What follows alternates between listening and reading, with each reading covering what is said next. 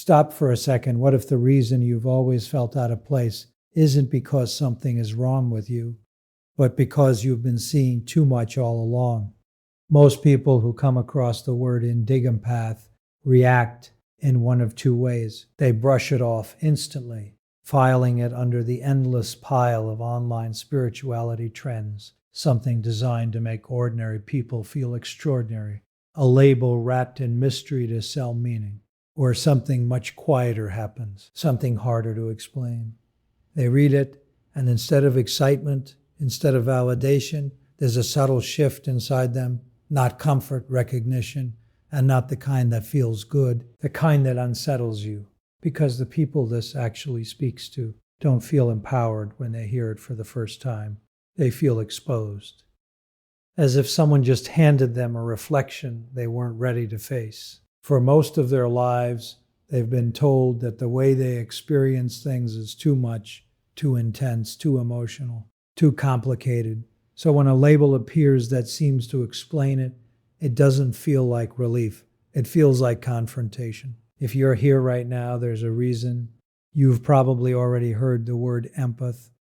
Maybe you've connected with it for years. Maybe you've gone through the books, the videos, the explanations that talk about absorbing emotions, needing isolation to recover, feeling drained after interactions that look completely normal on the outside.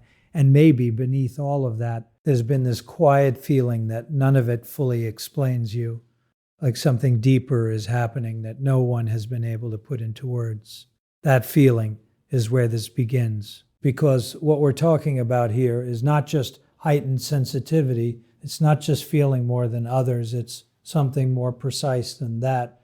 Most empaths operate on the emotional level. They pick up feelings, they sense moods, they absorb energy from the people around them. That alone is significant. It shapes their entire experience of the world. But this goes beyond that. There are people who don't just feel emotions. They perceive what's underneath them, the structure behind the feeling, the pattern behind the behavior, the silent agreements that exist between people without ever being spoken. They don't just sense that something is off, they know why it's off, even when nobody else is willing to acknowledge it. This isn't about mysticism. It's about a specific way of perceiving reality, kind of awareness that has been observed for decades in psychological research, especially in the work of thinkers like Carl Jung. He noticed individuals who didn't just interact with the surface of life. They operated on a completely different level of perception. And what he found was that their struggle didn't come from weakness. It came from the gap between what they could see and what the world around them insisted was real. That gap is everything. It's the exhaustion of sitting in a room and sensing tension that nobody addresses.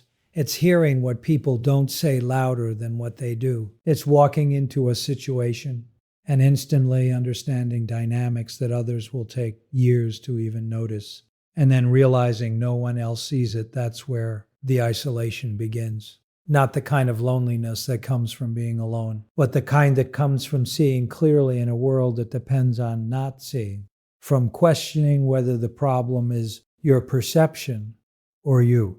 And that question follows you everywhere, because knowing something logically is not the same as living it.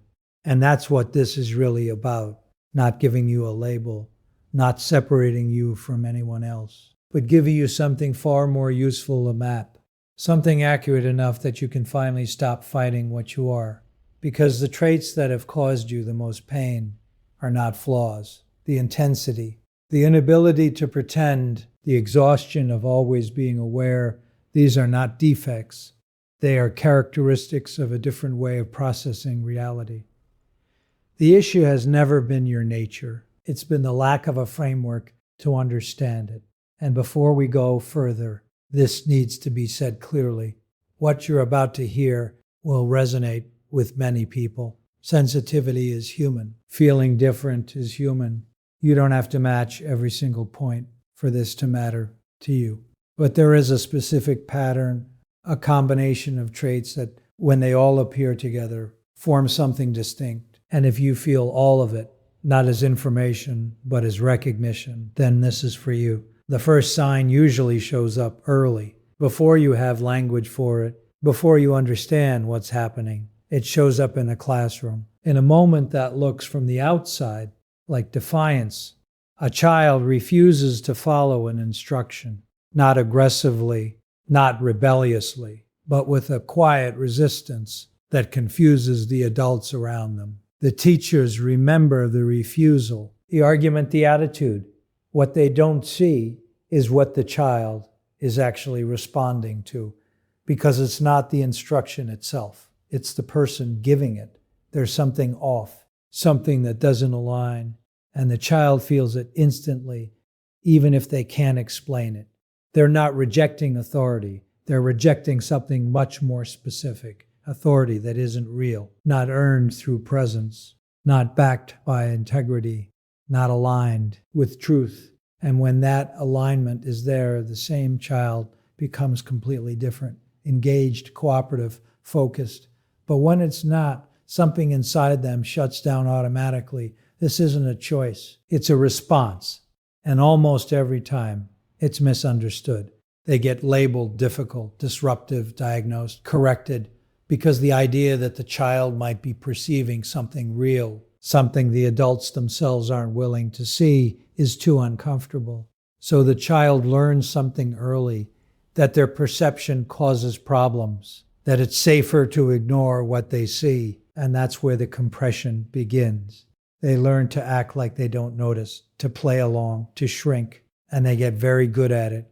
On the outside, they adapt. On the inside, they never stop seeing, and then they grow up, and nothing changes except the environment. Workplaces replace classrooms. Managers replace teachers, but the same pattern repeats, the same disconnect, the same awareness of what's real versus what's being performed. And the same choice appears again and again. Speak and become the problem, or stay silent and slowly lose yourself. Most choose silence, and that silence builds. The second sign doesn't look like conflict. It shows up in stillness, late at night when everything is quiet. A child lying awake, thinking about things they shouldn't even understand yet. Not out of fear, not exactly. More like curiosity that won't turn off. Questions about existence, about life and death, about why any of this is happening at all. These thoughts aren't introduced. They're already there. And while other children drift into sleep, this one stays awake, carrying questions that feel too big for their age. This is early existential awareness, and it changes everything. Because while most people encounter these questions later in life through crisis or loss here, they're present from the beginning. There is no gradual introduction, just immediate depth, and it creates a split.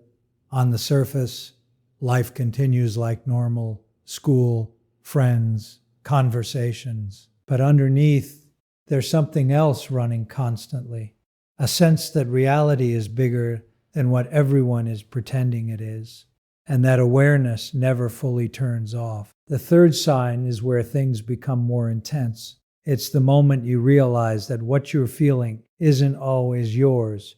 You're around someone, and suddenly there's a shift inside you. An emotion appears, strong, clear, but it doesn't match anything happening externally. And then you look at them and you know, not logically, instantly, it's coming from them. This is where things get complicated. Because from the outside, it looks like emotional instability, like overreaction, like something needs to be fixed. But what's actually happening is something entirely different. The emotion isn't random.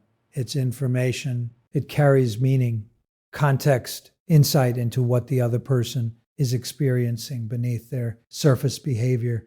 But because this isn't widely understood, it gets misinterpreted. And instead of learning how to read it, you're taught to suppress it, to regulate something that was never yours to begin with.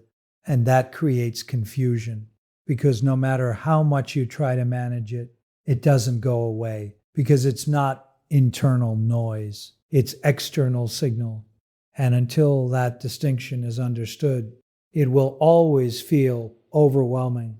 The fourth sign expands this even further. It's no longer just individuals, it's entire systems. You walk into a group and instantly sense the structure, the power dynamics, the unspoken rules, who holds influence, who is pretending, where the tension lives. And you don't figure it out over time. You feel it immediately. Then once you feel it, you can't ignore it. This is what makes you both valuable and uncomfortable to be around, because your presence alone has a way of bringing things to the surface, not intentionally, but inevitably.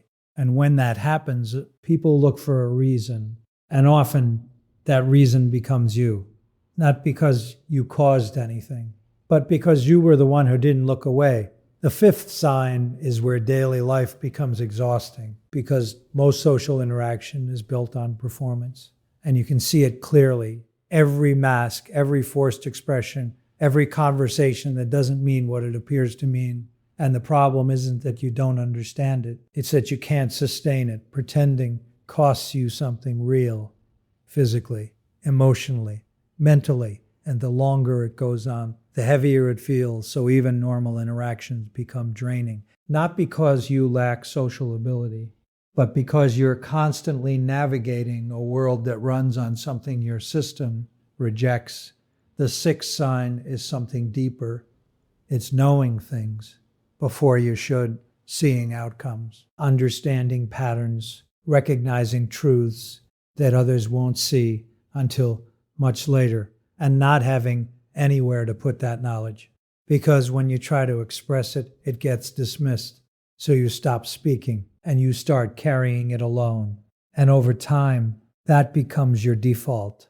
You become the one who listens, who holds space, who understands what others can't articulate, because you've been doing it your entire life. And finally, the seventh sign, the one that ties everything together, a sense that none of this is accidental, not in a grand, dramatic way, but in a quiet, persistent knowing that who you are has a purpose, not to save people, not to fix everything, but to exist fully without shrinking.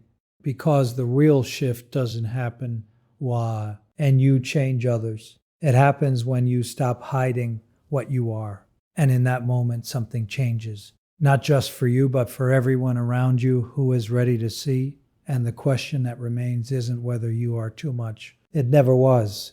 The real question is your life big enough to hold the truth of who you are?